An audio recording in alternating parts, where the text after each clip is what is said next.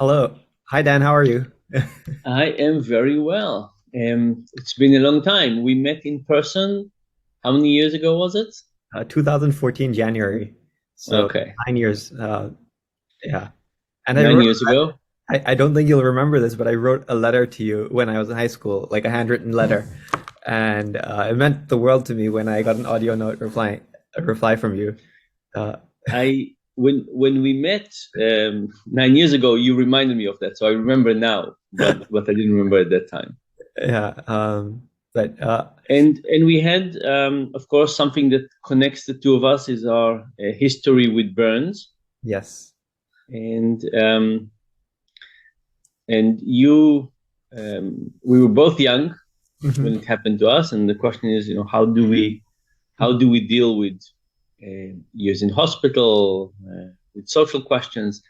There's just a lot of things. So, which from all of these things, which one do you want to talk about today?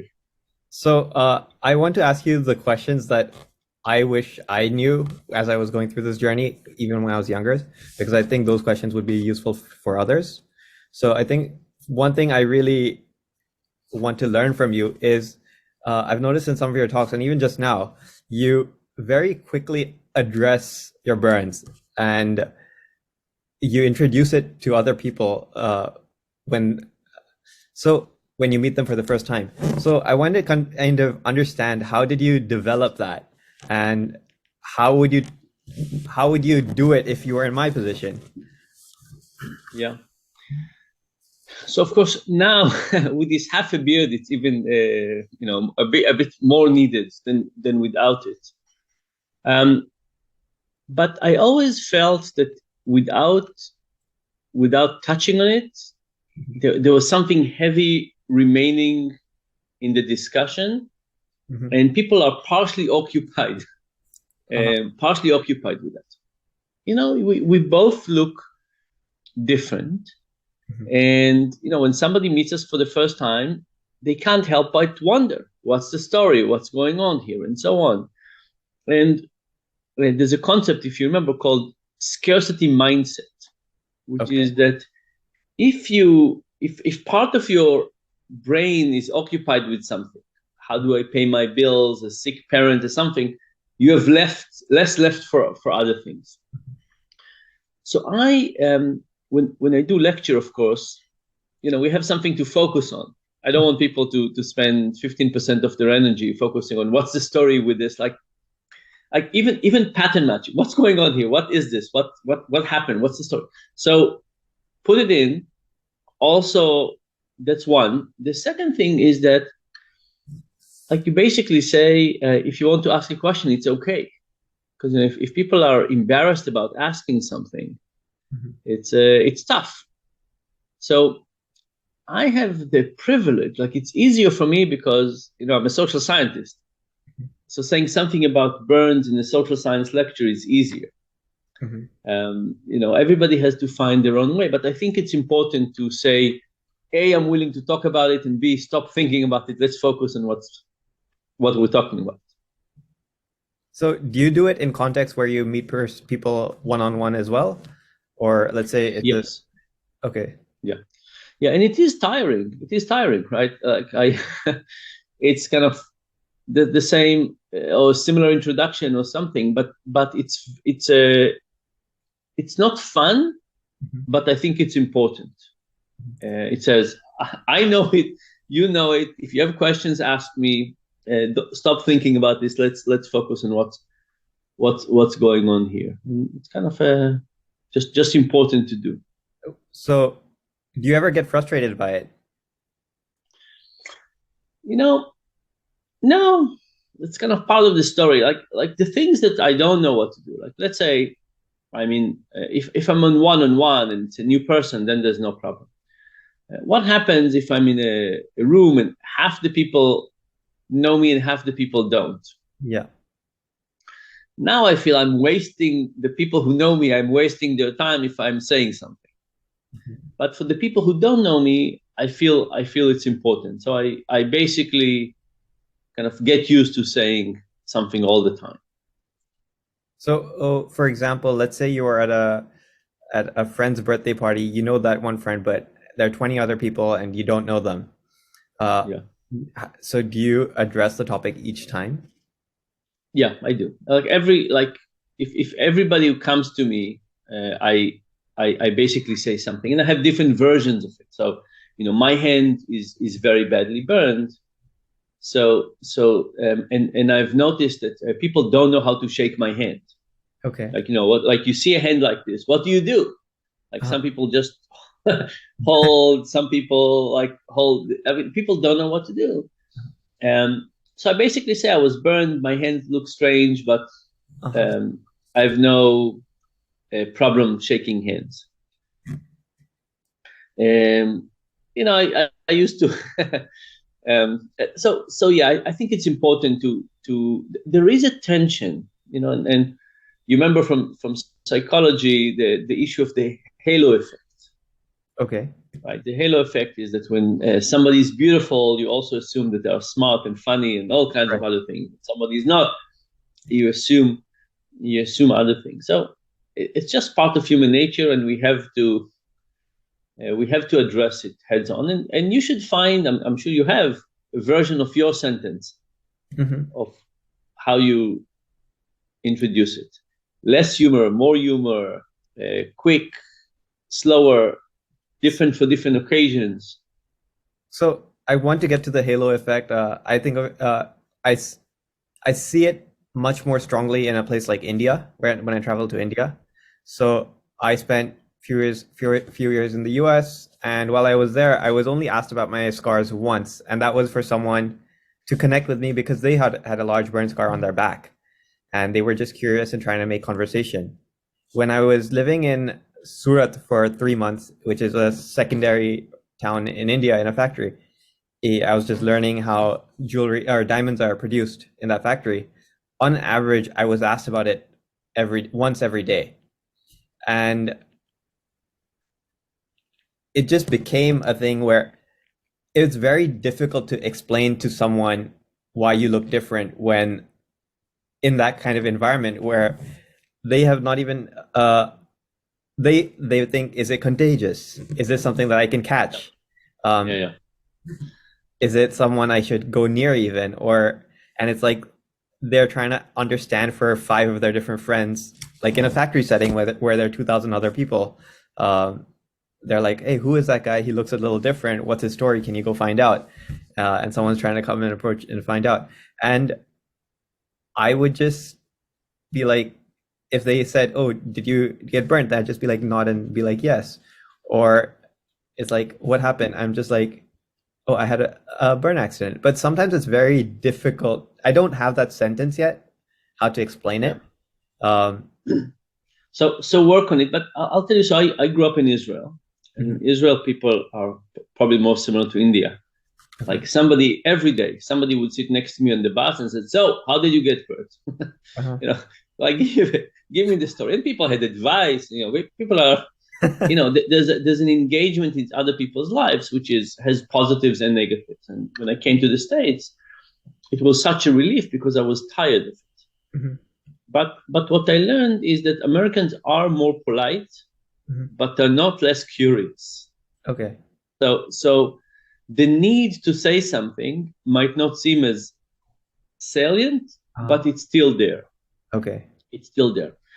And another thing I learned is that everybody has burns. Mhm. Everybody has little burns, and they mostly heal. Extensive deep burns are very different than the burns people have, Mhm. but they don't associate burns this way. Mhm. So I sometimes say that. I Mhm. sometimes say, I know that everybody gets burned and it heals. I didn't know it either, but when burns are deep and extensive, complete different story. So do you have a Hebrew version of how you introduce your burns, or like if it's like a Hebrew or a grandmother in Israel, how would you explain it to them? So I have uh, lots of different versions. I sometimes talk about hospital first. Okay. So if I meet somebody, first meeting you don't shake hands and you say, hospital. But if I can say something about life in hospital, about surgery, about burns, I have different ways of approaching it. I tried a couple of times things that were more humorful. Never worked for me. I didn't feel it was a good approach.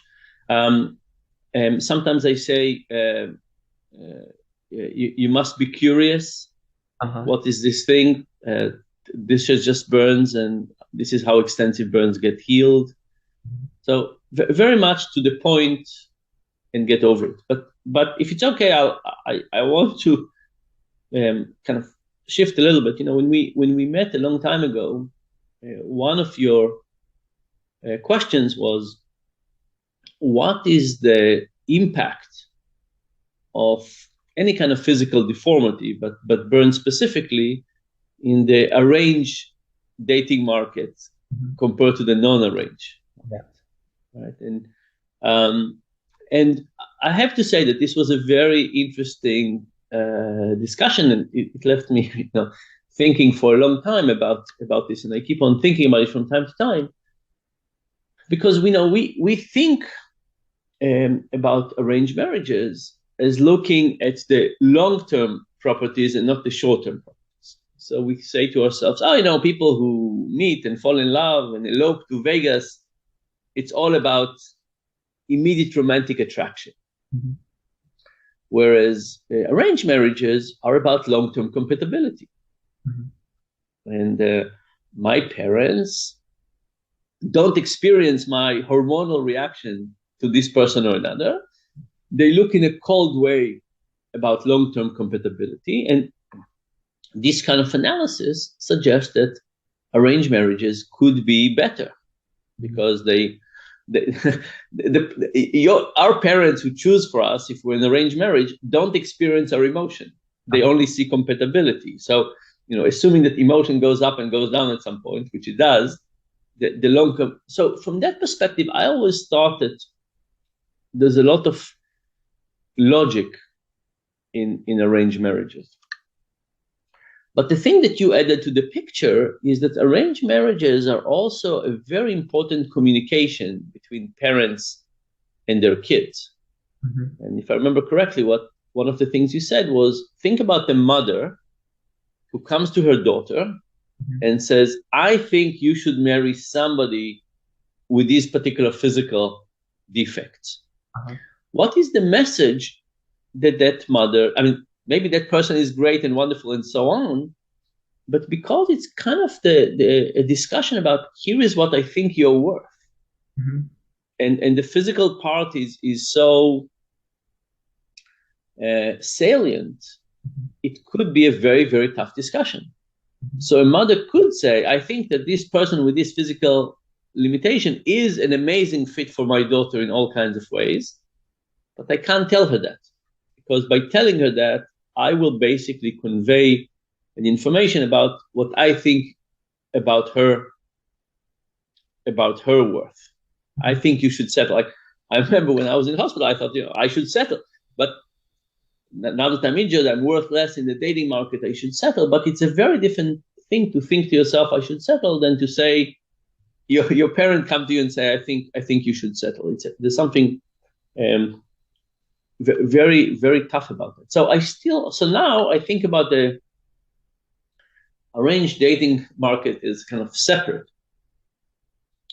I still think that other people outside of us mm-hmm. could have better insight about long-term compatibility, uh-huh. but I think it's very hard for them to communicate in that exact way of finding somebody first, especially if it has a signal. So I think they shouldn't do the selection, but they should give us feedback. Yeah. So I still think that the feedback from, let's call it more objective others, is very useful, but they have some barriers of introduction, especially for people with some kind of physical deformity. So that feedback, are you referring to it for both sides, like for us and for the potential partner, or just for the potential That's partner? right. For both. For both. I think the selection has a bias, but the feedback I think is very good. I think over the years, it will be like let's. I hope we'll talk more frequently than we have been, but you will see that every 10 years you'll reflect and you will say to yourself, "Wow, my goodness, 10 years ago I was amateur. I didn't really understand romantic relationship. Now I really got. Every 10 years I keep on saying to myself, "Oh, what an amateur I was." Now it was 5 years ago. I think I was an amateur.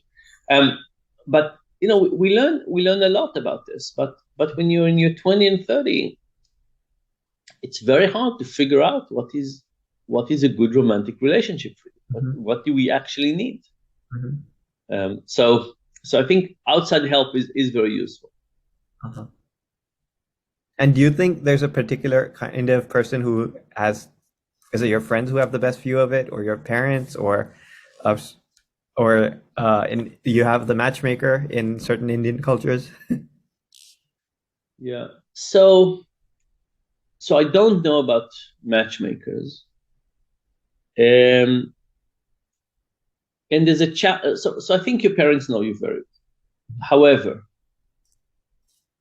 one of the things that have happened in the last, couple of decades is that the world has opened up in really interesting ways, and I think there are more opportunities now to have a less traditional romantic relationship in all kinds of ways, right? I'm not just saying, who take out the trash and so on. Like in every possible way, it's about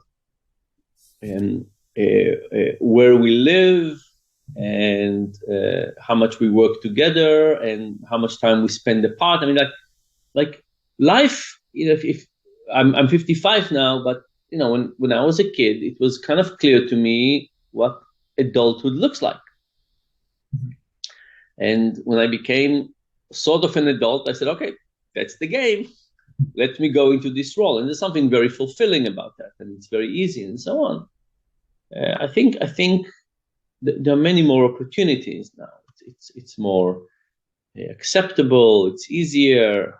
We even think about other options, right? We didn't even think about other alternatives. So I think that you want advice from people, but I think that we do want to design our romantic life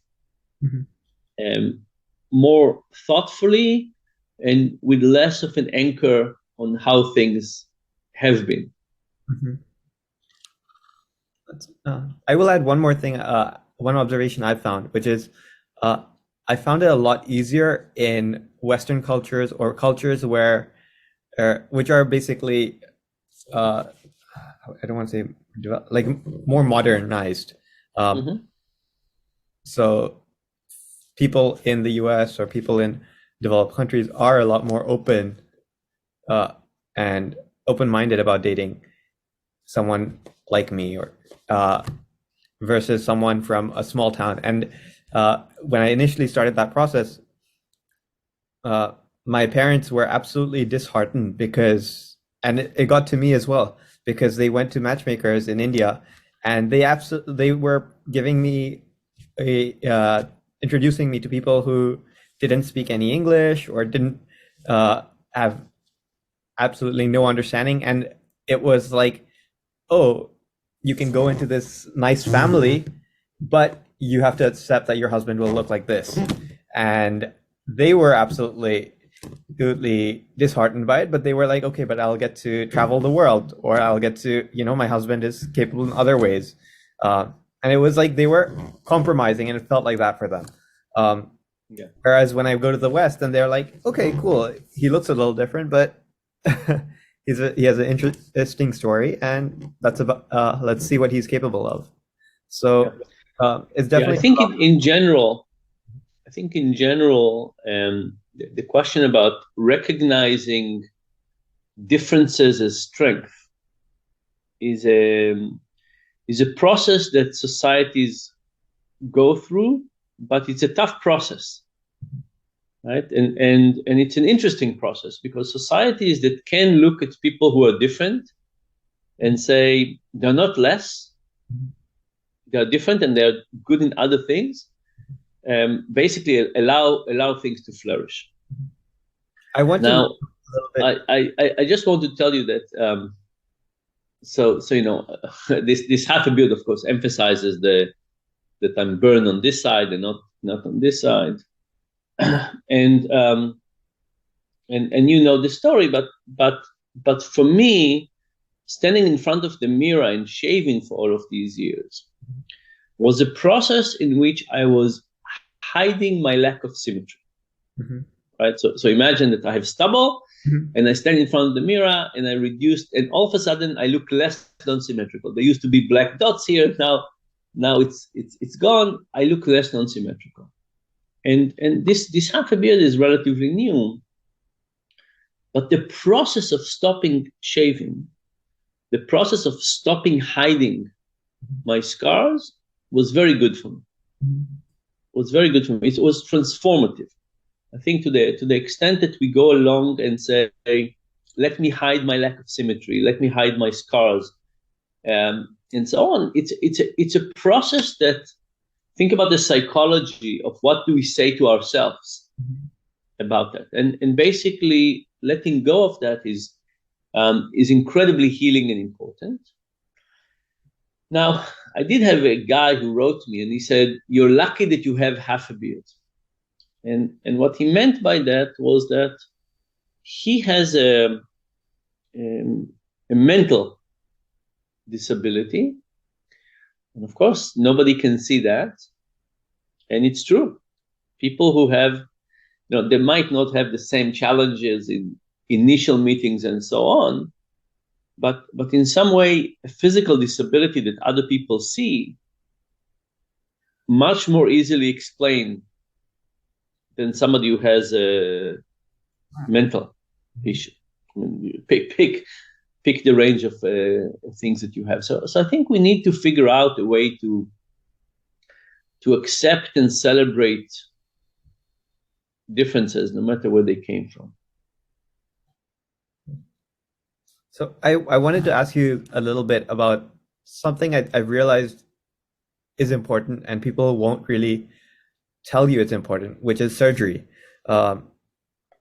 Because people like to say, "Oh, you look great. Don't worry, it's fine. Nobody really cares." I'll be honest, and it pains me to say this, but surgery does help. If you can make yourself look better, and within reason, it is something that I've come to the conclusion that you should do. And so I wanted to ask you a little bit, what are surgeries that you've gone through and what are the ones that you found to have the biggest, giving you the most amount of happiness? So first of all, I would say that, yeah. First of all, there's the surgeries that reduce pain. Mm-hmm. That's the most immediate ones. Mm-hmm. I think that basically function to work independently mm-hmm. is incredibly important. So I would say pain reduction is number one. Being independent is another one. So because my left hand, these two fingers are not good, and my right hand is not good, I do manage almost everything. Mm-hmm. But having independence is a big deal. Mm-hmm. And in terms of looks, for me, it's funny that I say it. I'm going to say lack of symmetry. I'm so not symmetrical, but initially my eye was pulled very much down, so it was both hard to see from the right eye, and it was like I couldn't look at people. Now there's something very human about looking at a person. So fixing that was incredibly important. The right corner of my mouth was pulled down in the same way, and it was both a little functional in terms of eating, but also, I couldn't smile. There was something like half a smile, and I didn't have this half of an eyebrow. So I think the combination of that side of my face being so pulled down and without a half an eyebrow was, now I feel like I have two half faces that don't fit, but they basically are both reasonable. But the other one, the lack of symmetry was tougher. So I would say that those would be my things. There's the question about surgery is not yes or no. The question is when to stop, because there's an endless amount of surgery that you could do. I had my last surgery. I think I got injured when I was 18. How old were you? 3 years old. 3 years old. And I had my last surgery 5 years ago to try and open the scar in my shoulder that was shrinking and so on. It partially worked. There's an endless number of surgeries we could do, right? It will never end. We will.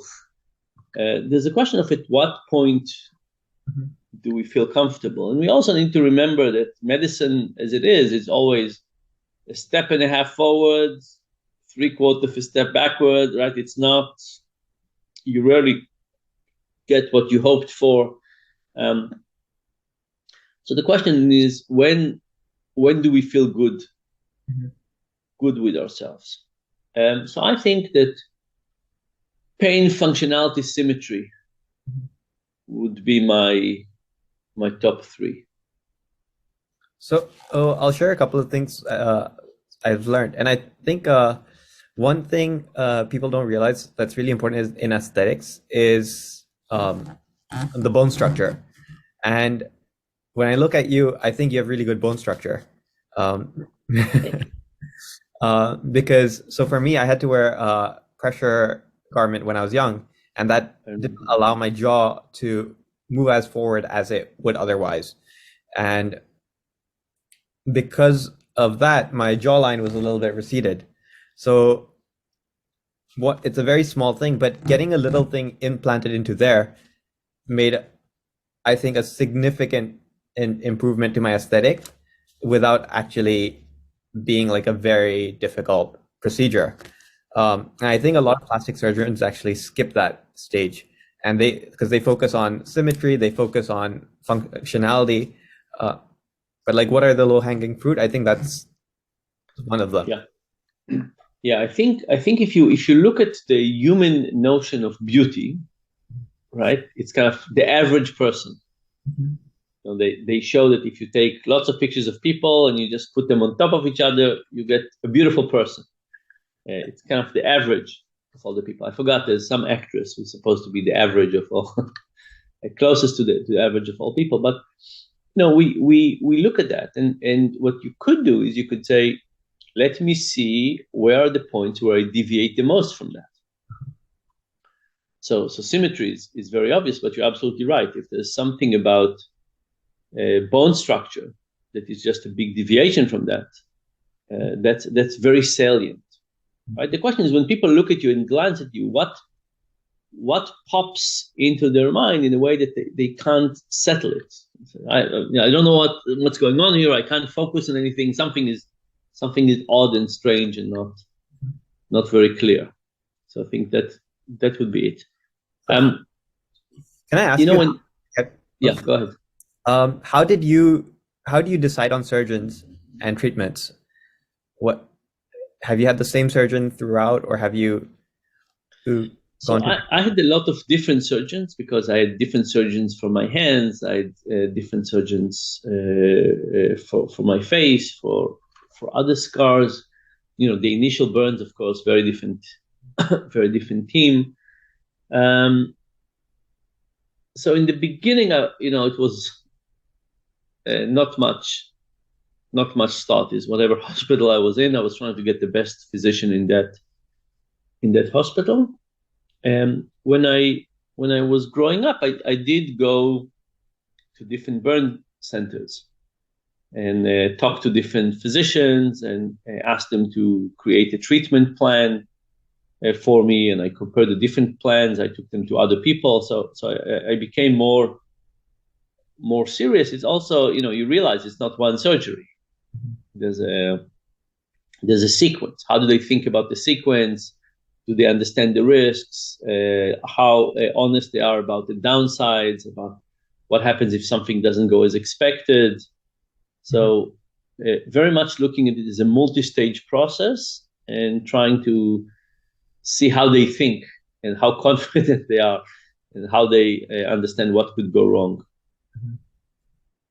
And did you end up going to that Japanese physician you emailed me about?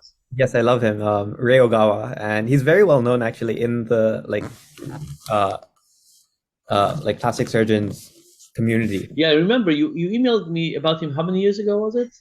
That was 2014, because I've had two surgeries from him in 2013 and 14, one in 13 and one in 14, and still I've asked him for advice a few times. Now it's just what I realized is reconstructive surgery is slightly better, I think, with someone as good as Rei Ogawa, but I don't think it's like a huge difference if you go to another experienced reconstructive surgeon. So to fly there and go there for that doesn't make as much of a sense, because it would take out, let's say, 2 weeks versus 1 week if I do it in somewhere a little bit more local. But yeah. How many more surgeries are you thinking about having? So rather than surgeries, I want to figure. So I've got a filler thing going on right now. Once that dissolves, I want to do an implant over here on my chin, and then I think either 1 or 2 more surgeries, and then I should be good for until something major, a major step change comes through in the medical field. Yeah. Skin is amazing, right? Only once you become a burn patient, you realize how fragile, like how much we take our skin for granted.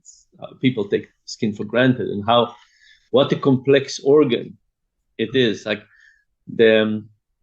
what always amazed me is like none of these cells are the cells we had when we were burnt. Yeah. They've replaced many times. Why don't they go back to normal? Like why is a cell that is regenerating taking on the properties of its neighborhood? Yeah. The same thing you can ask about the wrinkle. It's like you have a wrinkle, like why don't the cells think about the liver? The liver, the cells change, let's say, every 8 days. It's a very fast changing organ. But nevertheless, people who get a scar in the liver, at some point, the new cells are going to adhere to the scar. It's such an amazing thing about why are the cells acting in such wild way? Why can't they go back to normal? I think 2 things are, I think there are. So have you had laser or have you used lasers? I tried, yeah. How did it work for you? I have not. So basically so there's 2 things I've seen from doctors. So some doctors are confident on working on brown skin with lasers, and some are not. So basically the doctors in Northern Hemisphere, so Rei Ogawa, like in Japan or in Boston, they're confident about using it on brown skin. The doctors in Asia, in Thailand or India that I've met, they are like, don't do it. You'll get black spots everywhere and they won't go away for 6 months. There's like an 80% risk of doing it. I've tried, doesn't work. And basically there's a high risk of hyperpigmentation for darker skin types. So for that reason, I've not touched it, even though some doctors have been very, you should try it. I tried it on my, to soften the scars on my chest and arm. I did some very long, very painful treatments. Didn't do enough for me.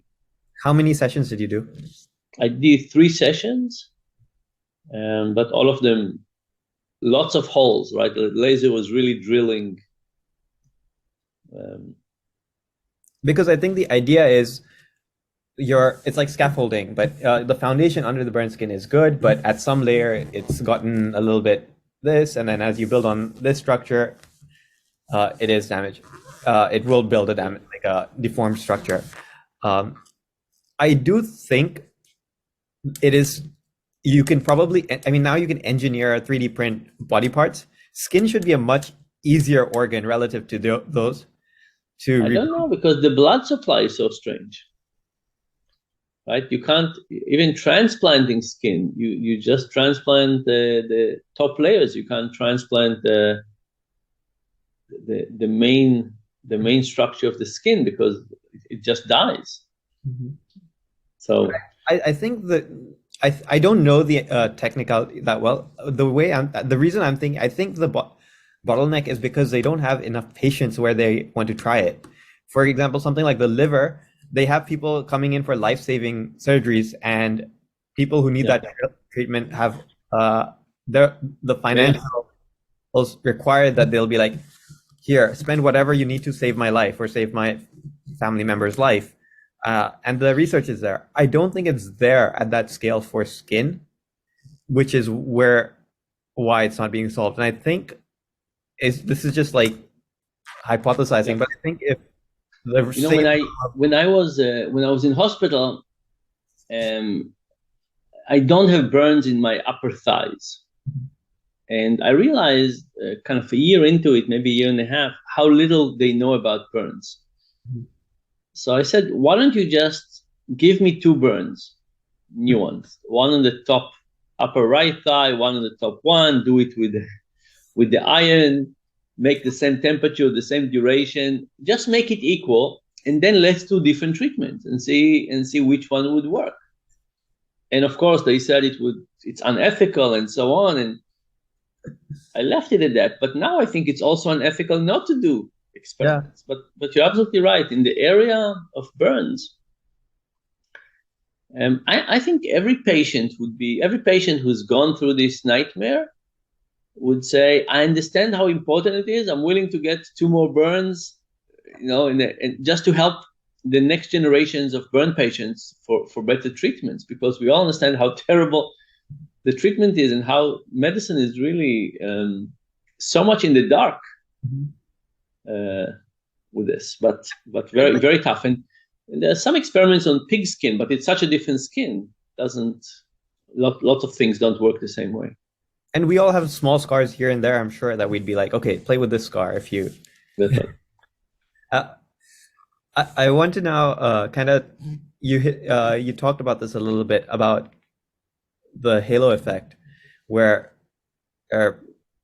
people who see you, it's like if you're attractive, they naturally think, oh, they must be intelligent, or if you don't look according to the stereotype, then they'll assume things like, oh, you might be poor or from a certain socioeconomic background and you're not able to afford the treatment, that's why you look this way, or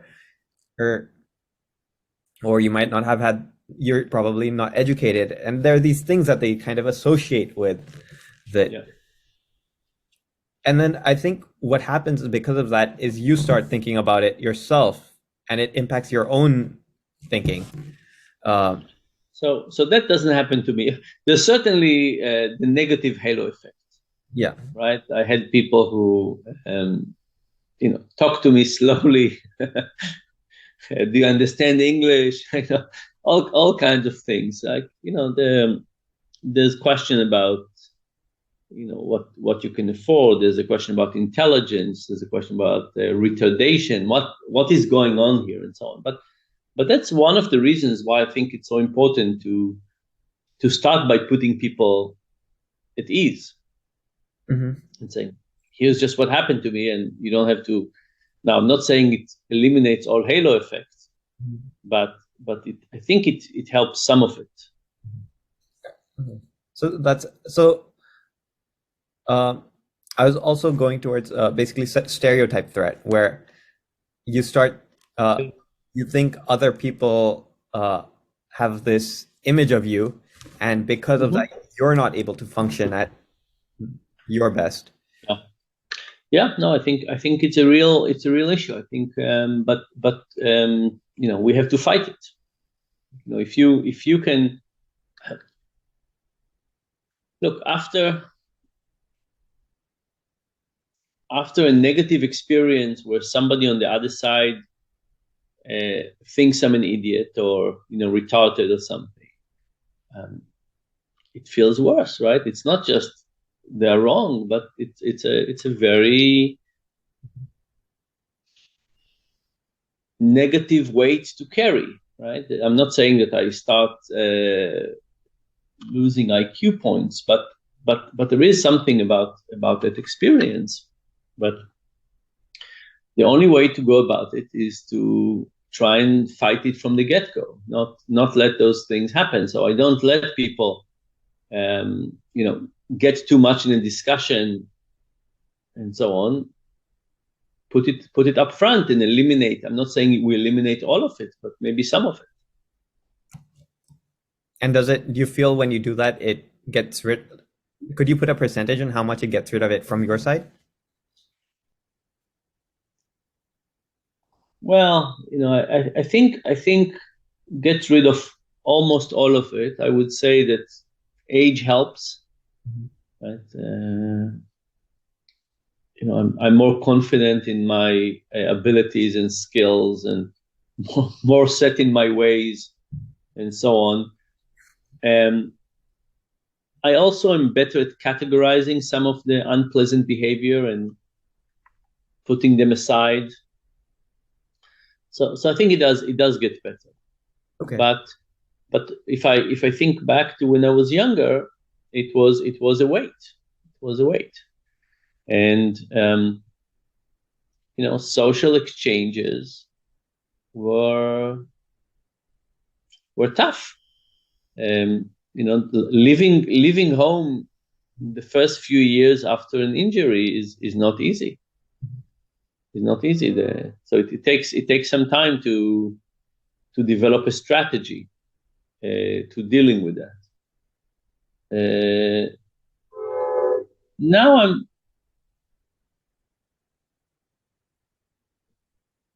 there's still things. A parent points to me and say to their kid, "Oh, you see, this is what happened to you if you play with matches." Kind of. So it's still there, but just less salient.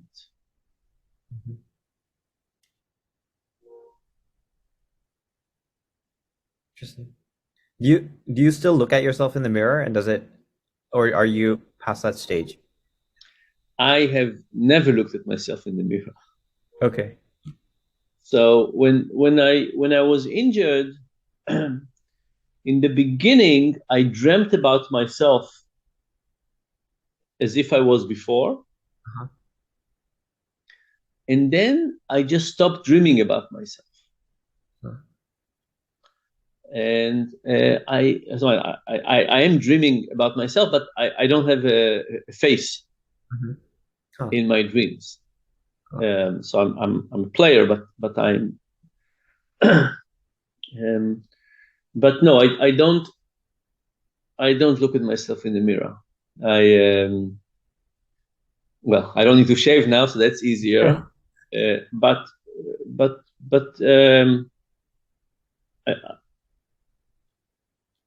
I don't stand in front of the mirror in the bathroom and look at myself.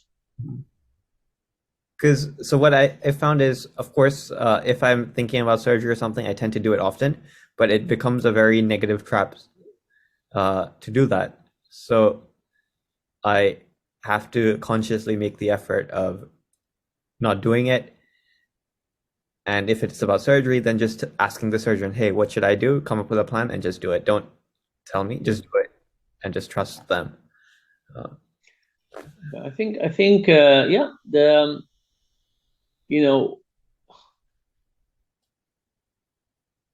there were a few times when particularly women told me they don't see the burns. Mm-hmm. And I appreciate them saying it, but I don't really believe them. Yeah. It's very hard. It's very hard to say, what don't you see? How could you not see that? But I will tell you that I am,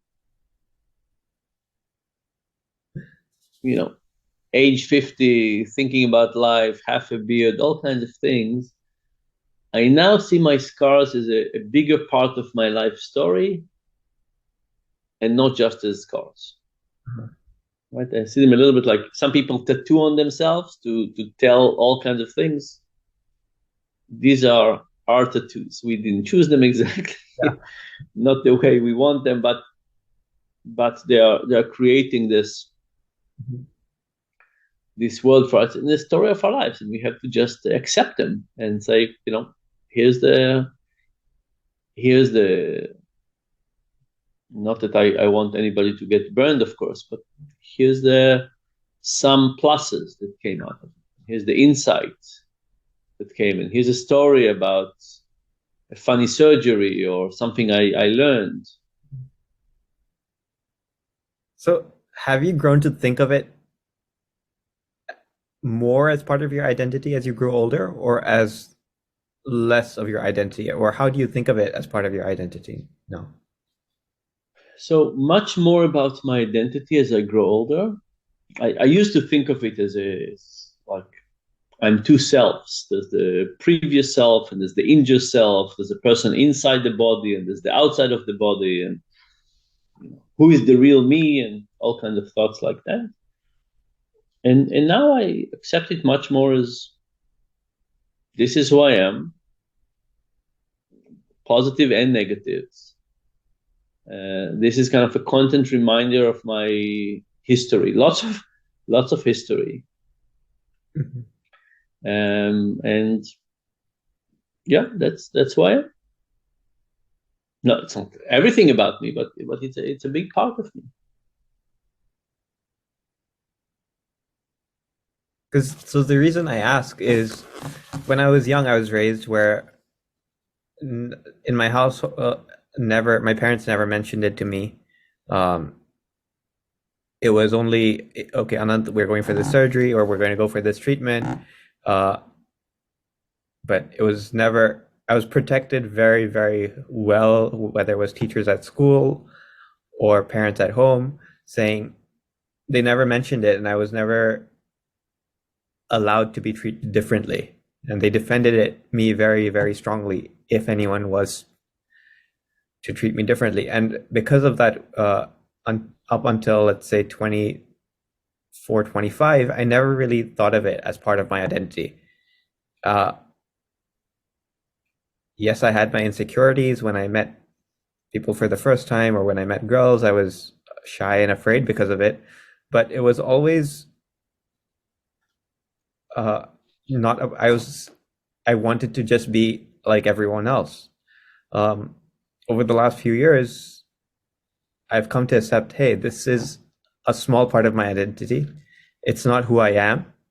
I am still Anant who does uh, interesting things with his family business. He likes to play sports. He looks after his like he likes to play uh, sports. He does interesting things. He likes to read good books, things like that.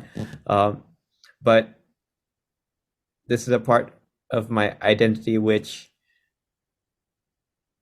how did Well, it's a part of your identity because you're learning a lot about even the reflections you had at a young age about arranged marriages versus love marriages and signaling and so on. It's not just your identity because of the scars. It's a way for you to think about life.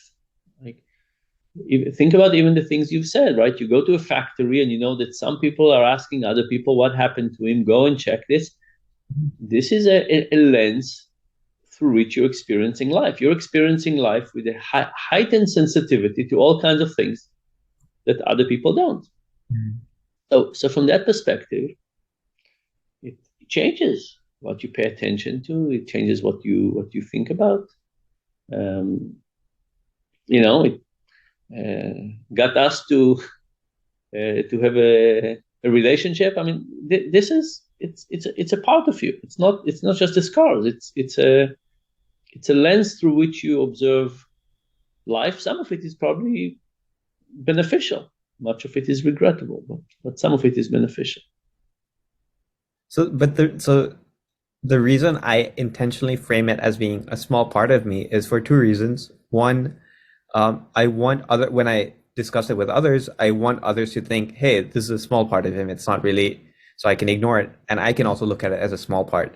It's not who this person Anant is. It's just, okay, it's a small bit of him. And that's how I want it to be, rather than, hey, Anant, this is the main picture of Anant. Oh, I understand you don't want to be the main, but you will see. We'll talk down the line. I'm sure we'll stay in touch for many years, but you'll see down the line that it will give you a different perspective on life. In the same way that your involvement in your family business gives you a lens on life. Mm-hmm. It's just one of those. And then I have to run to my next meeting. Okay. Lovely to talk to you as always. Thank you. Can I ask you one more question, if you have a minute? Okay, go ahead. How would you help other burn people, victims, or other burn survivors now? What do you do, and what would you do? That's a long question, and I'm late for my next meeting. Can you email me an answer if that's okay? I'll text. I'll send you an email, and I'll just take a voice note. Is that okay? Okay. Send me the question over email. I'll try that. Okay. Thank you. Thank you so much. Lovely to see you. Thank Talk you so to you much. soon.